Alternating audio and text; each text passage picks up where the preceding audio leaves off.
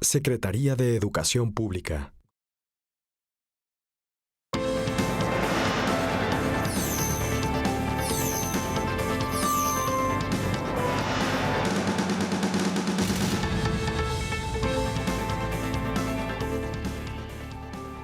¿Qué tal? ¿Cómo le va? ¿Cómo le va? Qué bueno que está con nosotros. Gracias, bienvenido a una emisión más de Mesa Cuadrada. Me da mucho gusto saludarles, soy Enrique Lascano y les saludo como siempre en nombre de todos mis compañeros de este equipo de trabajo. Verónica Ortiz, ¿cómo estás? Muy bien, qué gusto verlos. saludarte. ¿Qué tal? Pepe Ureña, ¿cómo estás? Buenas noches.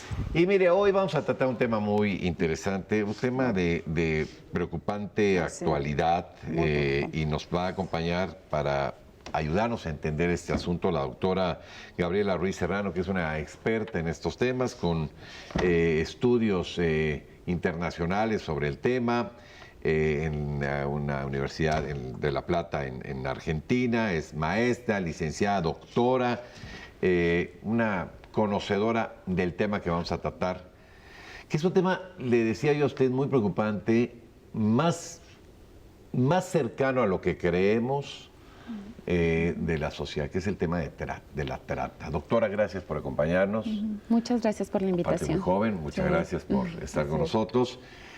Y pues desde París, el doctor Javier Oliva. ¿Cómo estás, Javier? ¿Qué tal, Enrique, Verónica, Pepe? Gabriela, gracias por acompañarnos en Mesa Cuadrada, tratar un tema de tan lamentable actualidad, incluso aquí en Europa con tantos problemas de migración, pero ya los trataremos. Gracias, Enrique. Bueno, esto que menciona Javier, doctora, me da pie para quizá para hacerle un primer planteamiento, con el permiso de mis compañeros. Es un tema que no respeta, digamos, niveles de democracia y de avance económico de las naciones. Está presente en todo esto.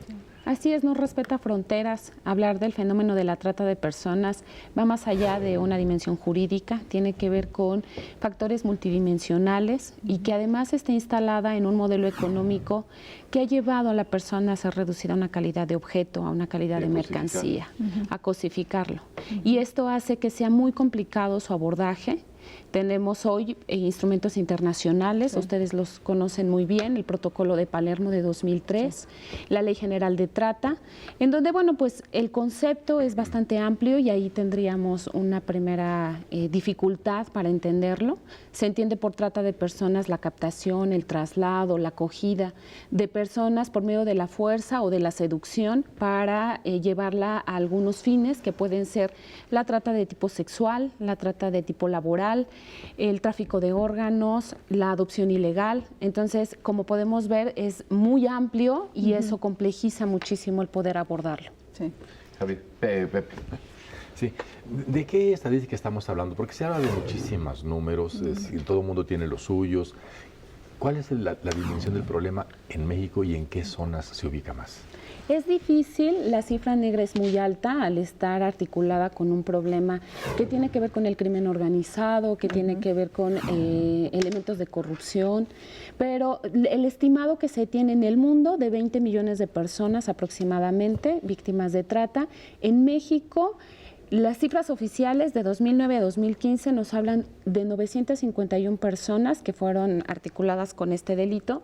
Sin embargo, organizaciones de la sociedad civil nos ofrecen otro tipo de cifras que oscilan entre los 300,000 y los 400,000 personas, de las cuales la mitad son menores de 18 años, mujeres el 60% de ellas, lo que nos lleva pues a una problemática que tiene que ver también con un asunto de género, con un asunto de derechos humanos y que está presente en la sociedad, como bien se planteaba al principio. Ahorita que mencionaste justamente las cifras en cuanto a menores de 18 años y mayores, ¿cambia la tipificación de la conducta o digamos la definición del delito cuando son menores de edad o cuando son, digamos, mayores de 18 años? Sí cambia. Es importante considerar, por ejemplo, para UNICEF, cuando UNICEF dice los trabajos forzosos o los trabajos más complicados de los niños, la actividad sexual. Por ejemplo, ahí habría que hacer un señalamiento, ¿no? Los niños no se prostituyen, a los niños los prostituyen, ¿no? Claro. Entonces, cuando estamos hablando de un espectro tan complejo, es importante tomar en cuenta que a menor edad el impacto que puede tener la violencia es muchísimo más trascendental en el ser humano. Cuando hablamos en el rango de la primera infancia, de los 0 a los 6 años, el trauma se instala de una manera mucho más consistente y el ser humano lo va a llevar al resto de su vida. Una cosa que pasa mucho en el fenómeno de la trata es que se lleva al análisis o se lleva a develar la trata con fines sexuales. Sin embargo, la trata con fines laborales tiene una importante presencia. En México, en los campos agrícolas, familias enteras que son llevadas para trabajar en las maquiladoras, en donde no se respetan los derechos fundamentales. Y esto hace que pues el ser humano no tenga una posibilidad. Hablaba yo al principio del modelo económico, ¿no? Y de cómo esta inmediatez, cómo esta cosificación, pues nos hace cada vez más vulnerables en un país con una pobreza en donde las niñas y los niños tienen poco acceso para satisfacer sus derechos. Estamos hablando como de la esclavitud moderna, ¿no? Se conoce como la esclavitud del siglo XXI, así es. Así es. Javier. Sí, bueno, también es sobre el tema de la trata de personas como un delito extendido a nivel mundial. Sí. Según la Oficina contra el Delito y la Delincuencia de las Naciones Unidas, es muy probable que en este año 2017, por primera vez, las ganancias del tráfico de personas sean superiores a las del tráfico de drogas a nivel mundial. Es decir, estamos ante una problemática sumamente grave, en donde las posibilidades de establecer, por lo menos en el corto plazo, controles mucho más rígidos a este desplazamiento forzado, en algunos casos como son guerras o problemas, sequías muy extendidas producto del cambio climático, como sucede en Eritrea o en Somalia, pues esto evidentemente busca o permite a las propias organizaciones criminales el incrementar notablemente sus ganancias. Entonces, este es para darle, digamos, un enfoque general, y sobre todo porque, pues obviamente nuestro país como zona importante de tránsito y expulsora también de fuentes de trabajo y por supuesto de personas, enfrenta también, forma parte, digamos, de la agenda internacional. Y los esfuerzos, lamentablemente, también hay que decirlo, han quedado muy cortos.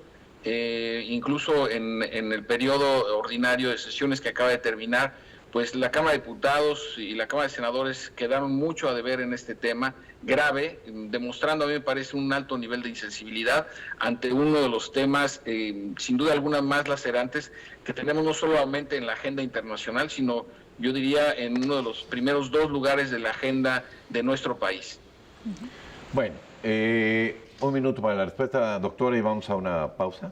Sí, tenemos una derrama económica a nivel internacional de 32 a 36 mil millones de dólares. Sí, es un negocio. Es un negocio altamente lucrativo que además, bueno, pues no requiere demasiada inversión. Es una realidad. Exacto. Bueno, vamos a una pausa, si me lo permite usted, hoy aquí en Mesa Cuadrada, el tema de terapia de conversión.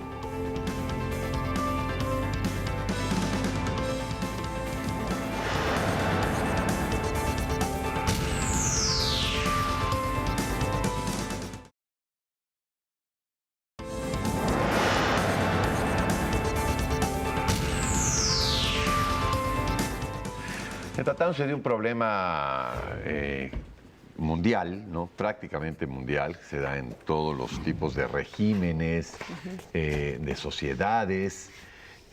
Me parece que un punto importante es saber, primero, cómo vamos a responder a los convenios internacionales que tengamos en la materia, ¿no? Como Estado, y la segunda, la normatividad que hay en México, ¿no? Sí, yo creo que eso es importante, doctora. Yo no sé si la normatividad tenga la modernidad o la circunstancia que se requiere para combatir actualmente este fenómeno. Bueno, hablaba yo del instrumento internacional Protocolo de Palermo en 2003 y en México se publica la Ley General de Trata en el año 2012. En 2014 se hace una reforma y hoy día se está en revisión 22 de los artículos en donde, bueno, pues se intenta ver hasta dónde estamos dando respuesta realmente. Pero luego eso cómo opera en la política pública. Sí. Porque, bueno, a menor Estado de Derecho, pues mayor legislación. ¿De qué me sirve contar con muchos instrumentos, con muchas leyes, si no estoy operando a través de una política pública eficiente. Hoy tenemos la Fiscalía Especializada en Víctimas de Trata, que tiene un albergue que solamente atiende lo que tiene que ver con la dimensión sexual. Entonces estamos dejando fuera muchas otras cosas. No hay políticas en materia de prevención. Lo que estamos haciendo es atendiendo, o se está atendiendo a la víctima, o se pretende atender a la víctima. Desafortunadamente, con una carencia muy importante de manuales de procedimientos, con una carencia de regulaciones, de desde dónde me estoy colocando yo frente a este ser humano que ha vivido una situación muy compleja. Y desafortunadamente también sucede que algunas organizaciones de la sociedad civil, muchas han hecho esfuerzos valiosísimos por acercarse a esta problemática, sin embargo se quedan como en una dimensión muy paliativa. No hemos logrado trascender a una reparación realmente del daño. Supongo que en el tema, sobre todo en los casos de menores de edad, también el tema del acceso a redes sociales, ¿no? de la mucho mayor información que circula, porque tú hablabas de esta forma en la que operan muchas, digamos, bandas de tráfico de personas a través de la seducción de los menores, la toma de conciencia justamente de las familias y de los propios niños, de la información que están recibiendo y la información que están dando a través de las redes. Esa es una parte que supongo que la están tratando de, digamos, de atender, ¿no? Sí, un ejemplo muy claro de lo que comentas en relación al medio de la seducción para poder convencer, lo tenemos claramente en el estado de Tenancingo, en Tlaxcala, ¿no? La problemática que se tiene se le conoce como la cuna de padrotes. Ya se han hecho investigaciones al respecto, cómo operan los padrotes, los tratantes, y cómo los niños desde muy chiquitos pues aprenden eso en los contextos escolares, en las familias. El sueño del niño es: yo un día voy a ser tratante, yo un día me voy a ir a Nueva York y allá voy a tener mujeres a las cuales voy a explotar.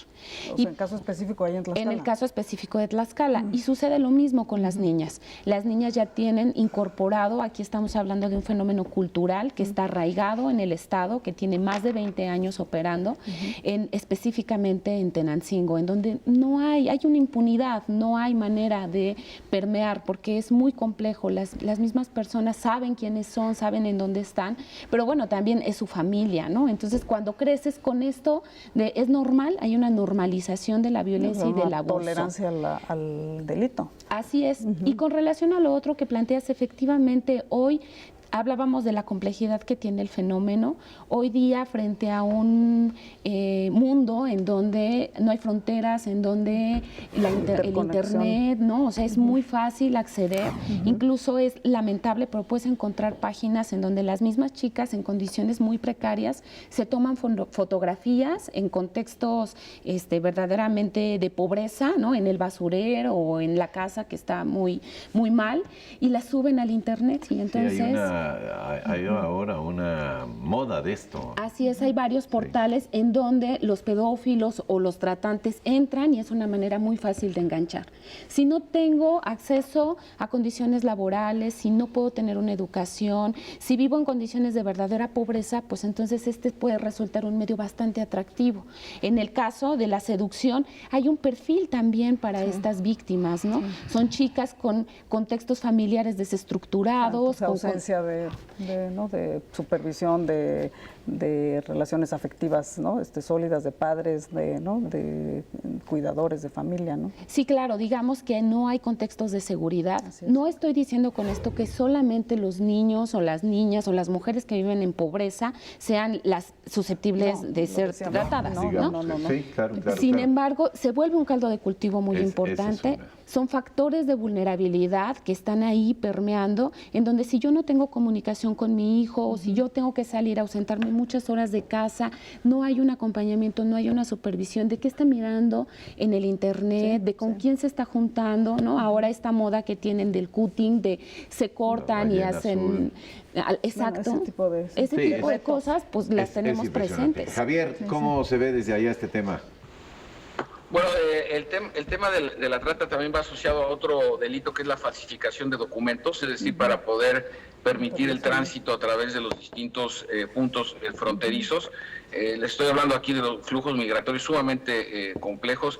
Hace no más de 10 días se supo de la muerte de alrededor de 280 personas nuevamente en esta trampa mortal que son las aguas internacionales del mar Mediterráneo. Es el paso ilegal, digamos, de las costas del norte de África hacia las del sur de Europa.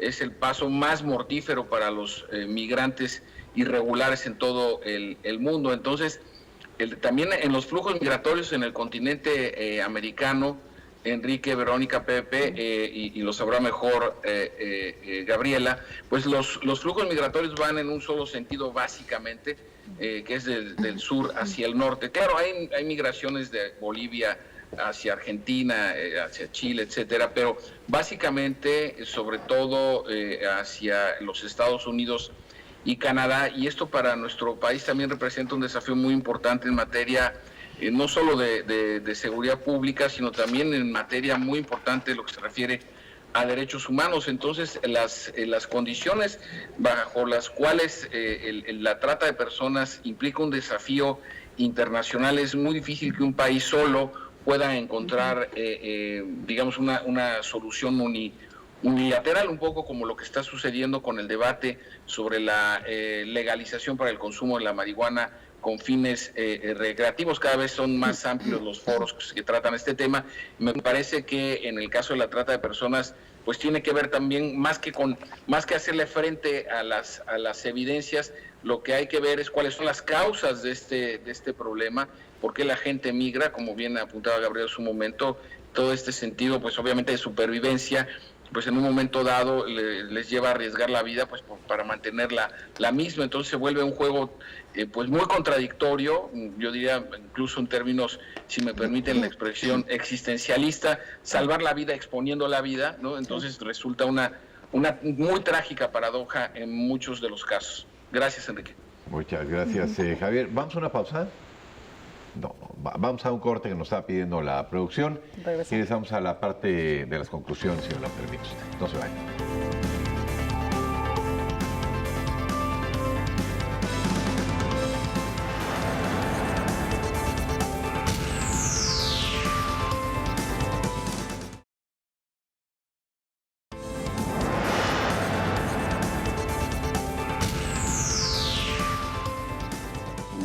Bueno, ya estamos de nueva cuenta en ya este último espacio, como para ir cerrando. ¿Y qué hacer, Gabriela? ¿Qué hacer? Pues es difícil, ojalá que alguien tuviera la respuesta. En tanto el modelo económico siga siendo tan perverso y tan devastador, será muy difícil atender. A mí me gustaría apuntar una cosa que no hemos tocado, porque además es difícil, no se tienen cifras, lo que tiene que ver con el tráfico de órganos y la adopción ilegal, que también están enmarcados en la ley como fines de la trata. Sí. Okay. Y en ese sentido, desafortunadamente, y como diría Bauman, pues estamos frente a cuerpos residuales. ¿Qué pasa con estos niños que vienen de Centroamérica, que vienen huyendo de la Mara, del Salvador, por ejemplo? ¿A quién le importan esos niños? ¿Quién tiene conocimiento de ellos? El tránsito por México se ha vuelto verdaderamente un calvario y entonces se vuelven ellos verdaderas víctimas en donde no son invisibles. Hoy, por ejemplo, los niños en situación de calle, justo hace unos días hablaba con una colega que tiene muchos años trabajando el fenómeno y me decía, Gaby, ya no hay niños de calle. Ya no como nosotros los estamos conceptualizando, y no porque no existan. Lo que pasa es que ahora los tratantes saben perfectamente en dónde captarlos, llegan a la terminal de autobuses, logran mirarlos y entonces los seducen y entonces les ofrecen, y a cambio de la prostitución sexual que se puede dar en la calle, a cambio de la venta de droga que ellos pueden hacer, empiezan a explotarlos. Entonces, como vemos, pues el tejido social se ve absolutamente fracturado y permeado frente a esto que cómo lo controlas cuando está montado en muchos intereses, en personas de gran poder y entonces y en una descomposición social, que es lo que estás justamente diciendo, de una altísima tolerancia a la ilegalidad, al delito, o, ¿no? como decías, en esta zona de Tlaxcala, o cuando se normalizan este tipo de conductas, o cuando vemos que los huachicoleros ponen escudos de niños, ¿no? y de mujeres dentro de, o sea, de su propia población al frente, ¿no? para repeler, digamos, la agresión de las Fuerzas Armadas. Digo, hay toda una, de verdad, esa es una perversión del tejido social, porque estás dándole normalización a actividades delictivas finalmente, ¿no? Es cierto, Pepe. Sí, mencionabas el tema de los migrantes. ¿Están considerados también dentro de la trata los migrantes? Porque los explotan de mil maneras. Pero también lleva a otro aspecto. Al principio hablabas de la trata laboral. Hay en el noroeste del país, en los campos del noroeste del país que son desarrollados, Sinaloa, Sonora, ahora en Baja California recientemente, Baja California Sur encontraron un lugar donde tenían familias enteras. Así es. Sí, recién acaba de salir. Sí, entonces todo esto, ¿cómo son considerados los migrantes? Porque si se incorporaran como víctimas de trata, hablaríamos de una suma estratosférica. Según el New York Times, que recientemente publicó el dato, los migrantes que van a Estados Unidos dejan ganancias por $350 mil millones, que es el equivalente al mercado de la droga en Estados Unidos. Por hablar en términos de la niñez, por ejemplo, hoy incluso se está debatiendo si se considera como movilidad humana. Y decías hace un rato que la cifra sería enorme. Yo creo que ni siquiera alcanzaríamos a cuantificarla. No sabríamos estos niños o niñas que están, niños migrantes no acompañados, que transitan por el país. No sabemos en dónde están, no sabemos quiénes son. Algunos albergues, ¿no? Como el del Padre Solalinde, bueno, pues han hecho esfuerzos muy grandes por tratar de atenderlos. Desafortunadamente, al estar en la ilegalidad, pues aquí se suma otro elemento en donde ellos huyen, ellos escapan, ellos no quieren ser vistos. Recientemente hicimos un diagnóstico en el Sistema Nacional DIF para conocer cuántos niños estaban llegando dentro de las casas hogar en esta atención de estos marcos internacionales en materia de protección a la infancia en migración. Y lo que nos encontramos es que en los centros que atienden adolescentes, de cada 10 ingresos, 3 corresponden a migrantes. No hay, desafortunadamente, ni siquiera una base de datos que nos diga cuántos niños están viniendo, de qué nacionalidades vienen. Cuando nosotros llegamos a hacer el diagnóstico, nos encontramos con cosas verdaderamente terribles, como manuales inoperantes. No hay un manual especializado para la atención de los niños que vienen vinculados con el fenómeno migratorio, y esto es una urgencia nacional. No podemos seguir operando las instituciones sin esos marcos de referencia. Hablabas tú de Palermo, el Tratado de Palermo. Hay una gran cantidad de mujeres que son traídas acá para trabajar en distintos tables y esto. Y de repente se documentan estas cosas, se documentan dónde están, no pasa nada. Sí, bueno, lo que pasa es que ya hablábamos, bueno, de todos los intereses que hay acá. Hoy, por ejemplo, hay una criminalización que también se ha hecho, y eso sería debatible. ¿Qué pasa con estos centros nocturnos? En donde hoy se quiere formalizar el trabajo sexual y se quiere decir, bueno, vamos a darle una cobertura. ¿Hasta dónde realmente nos está protegiendo de alguna manera a los tratantes? Una de las cosas que se está discutiendo precisamente es si se debe o no castigar al consumidor. Entonces, todas esas cosas están sobre la mesa. Nos decían, por ejemplo, las personas que trabajan en estos centros nocturnos, pues es que a todos nos agarran, y entonces si la chava no dice, pues yo no vengo aquí por mi propia voluntad, sino él me está explotando, pues entonces la meten a la cárcel, ¿no? Yo no sabía, hace poco me enteré que hay un recurso que Estados Unidos está destinando a los países de América Latina como un premio para aquellos que erradiquen o aquellos que combatan el asunto de la trata. ¿Hasta dónde realmente nuestros cuerpos o los cuerpos policíacos o las personas que están en los ministerios públicos tienen una formación que les permite identificar el fenómeno de la trata? Y ahí entra esto que te decía de la mayoría de edad y la libre albedrío ya, entonces. Nos quedan un par de minutitos apenas. Un último comentario, Javier, 30 segundos. Bueno, 30 segundos. Me parece que el desafío en este tema es multidimensional y hay que resaltar que la parte que le corresponde a México pues es muy importante en ese mismo concierto internacional por sus características geopolíticas, de tal manera que habrá que acelerar el paso en materia legislativa, sin duda alguna. Gracias, Enrique, Verónica, Pepe, y gracias, Gabriela, por haber ido. Al contrario. Gracias, Javier, Pepe. No, pues es impresionante que tiene el matiz del crimen organizado. Sí, claro. La sociedad los protege, están enraizados, la gente los identifica a la gente, pero no los denuncia. Y bueno, pues así, dificilísimo actuar. Vero.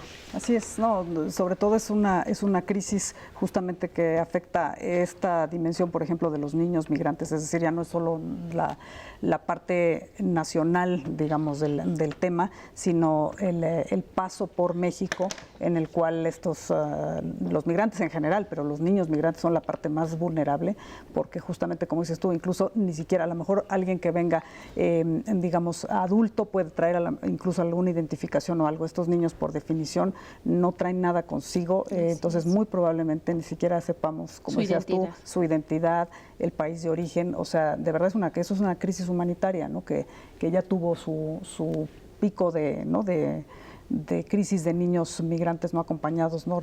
Que tuvimos con Estados Unidos, pero el que no hayan llegado allá muy probablemente quiere decir que la mayoría se pudo haber estacionado también aquí en México, ¿no? Entonces, Doctor, último comentario.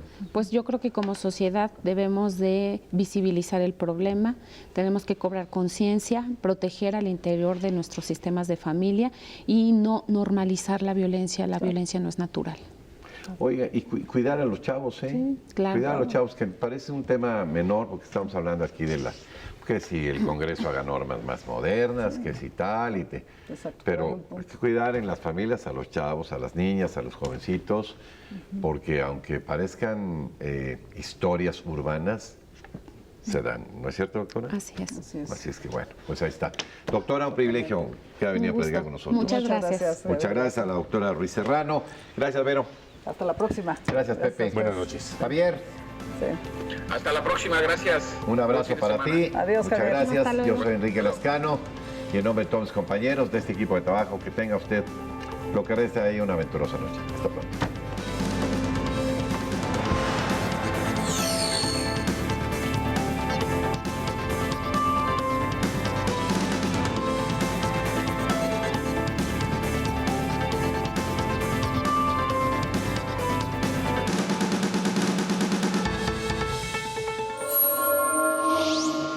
Secretaría de Educación Pública.